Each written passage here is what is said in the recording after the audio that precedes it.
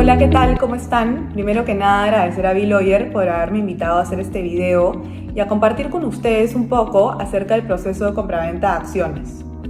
Los abogados tenemos un rol trascendental en las transacciones de M&A, tanto en la elaboración y negociación de los distintos documentos, así como en el análisis y evaluación de la compañía que se pretende comprar, a la cual haremos referencia como la target.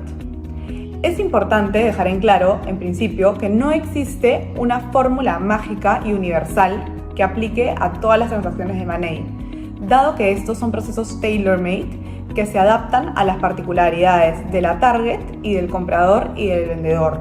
Por ende, resulta sumamente importante que los abogados conozcamos la industria en la que estamos trabajando y también conozcamos los demás detalles de la transacción. Para efectos de este video, hemos dividido las etapas del proceso de compraventa de acciones en 4. Como primera etapa, tenemos el acuerdo de confidencialidad.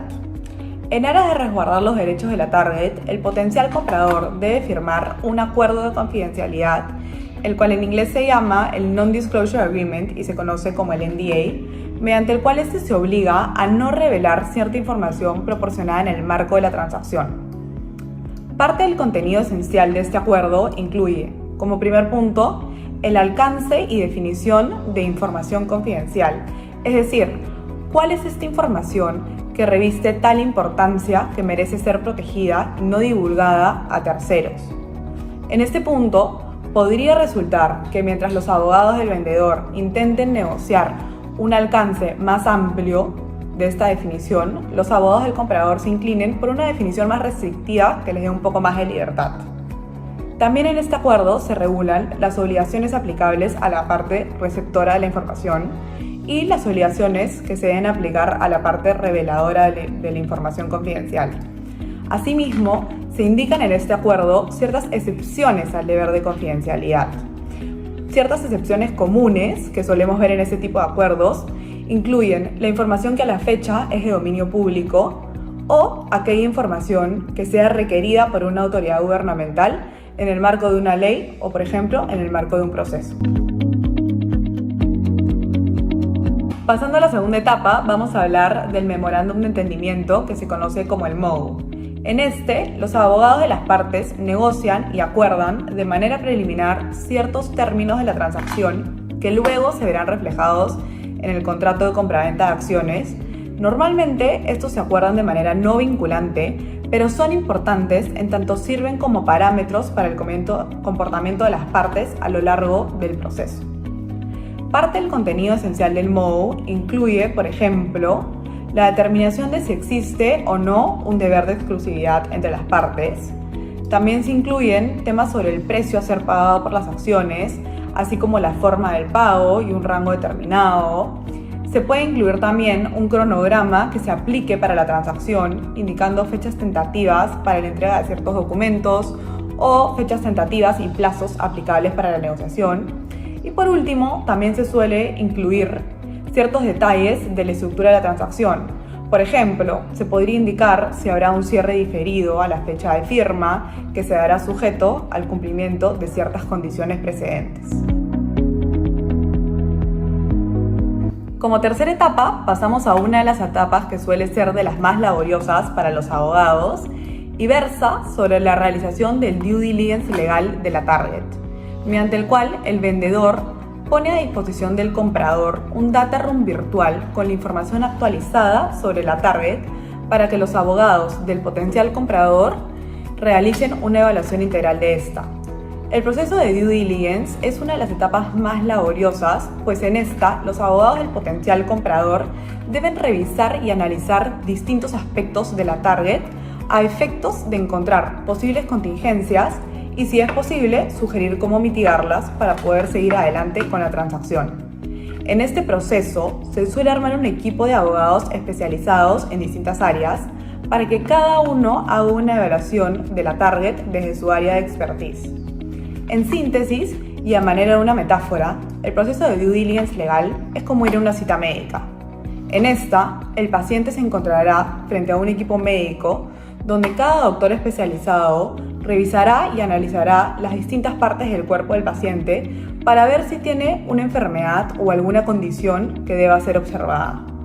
Al final de la cita médica, los diversos doctores harán, cada uno desde su área de especialización, un diagnóstico del paciente y de haber encontrado alguna enfermedad, recetarán cómo curarla y también podrán recetar cómo prevenir que aparezca una nueva enfermedad inminente. En el marco de este proceso de due diligence legal, al igual que el doctor le hace preguntas al paciente, es común que los abogados del potencial comprador envíen preguntas y soliciten cierta información adicional y explicaciones para que sean absueltas por la target y por el vendedor. En ese sentido, en esta etapa se ve el trabajo conjunto de los abogados del comprador con los abogados del vendedor, pues ambas partes desean que la transacción siga adelante. Para esto es sumamente importante que la información que es proporcionada sea proporcionada de manera clara, ordenada y sea también suficiente. Los aspectos que solemos analizar y evaluar dentro de un proceso de due diligence pueden variar dependiendo de la industria en la cual se desenvuelve la target, pero incluyen, por ejemplo, como primer punto, los aspectos societarios, donde se ve, entre otros, quiénes son los propietarios de las acciones que se desean transferir, si estas acciones están sujetas a algún gravamen o si existe alguna estipulación estatutaria o contractual que limite la transferencia de las acciones. También se ven los temas legales y financieros.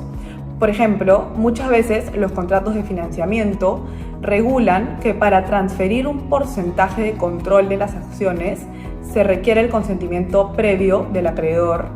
También se analizan los aspectos contractuales, los aspectos tributarios. Dependiendo de la industria puede ser relevante también ver temas regulatorios.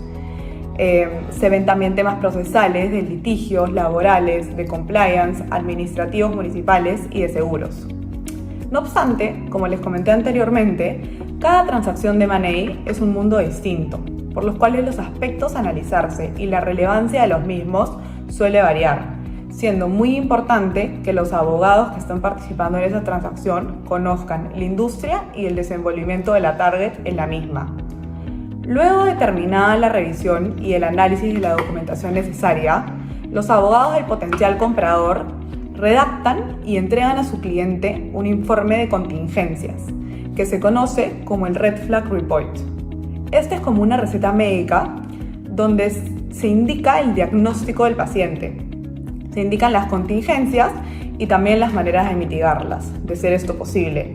Es importante notar que el término contingencia no suele ser un término universal, sino está sujeto normalmente a un umbral de materialidad indicado en el mismo reporte. Así, la parte compradora y sus abogados pueden delimitar qué resulta significativo para esa determinada transacción. Finalmente, y llegando a la última etapa del proceso de compraventa de acciones, vamos a hablar un poco acerca del contrato de compraventa de acciones. De manera paralela al proceso de due diligence, los abogados de cualquiera de las partes pueden empezar elaborando las primeras versiones del contrato de compraventa de acciones, que en inglés se conoce como el Share Purchase Agreement y también como el SPA por sus siglas. Luego de las negociaciones respectivas, las partes firman este contrato. Este contrato suele incluir, como puede esperarse, el precio final de la adquisición de las acciones y la forma de pago de estas.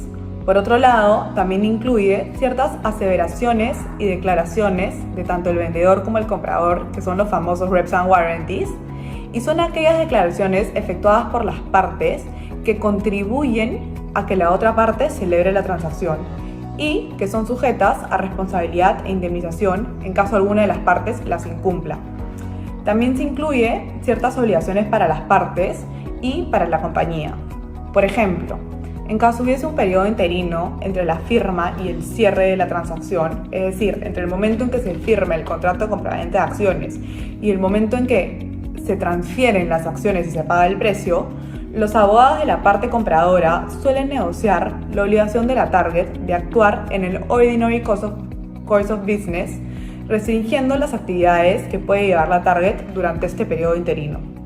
Asimismo, en caso de la estructura de la transacción tenga cierre diferido a la fecha de la firma, Los abogados también incluirán en el contrato ciertas condiciones precedentes que se deben cumplir para que se lleve a cabo el cierre de la transacción. Sujeto a las particularidades de cada transacción, puede resultar también necesario que los abogados elaboren documentos adicionales, como por ejemplo, ciertos acuerdos de terminación para ciertos contratos, acuerdos de dispensa de obligaciones bajo ciertos contratos, actas de acuerdos adoptados por Junta General de Accionistas aprobando la transacción u otorgando diversos poderes, así como un convenio de accionistas.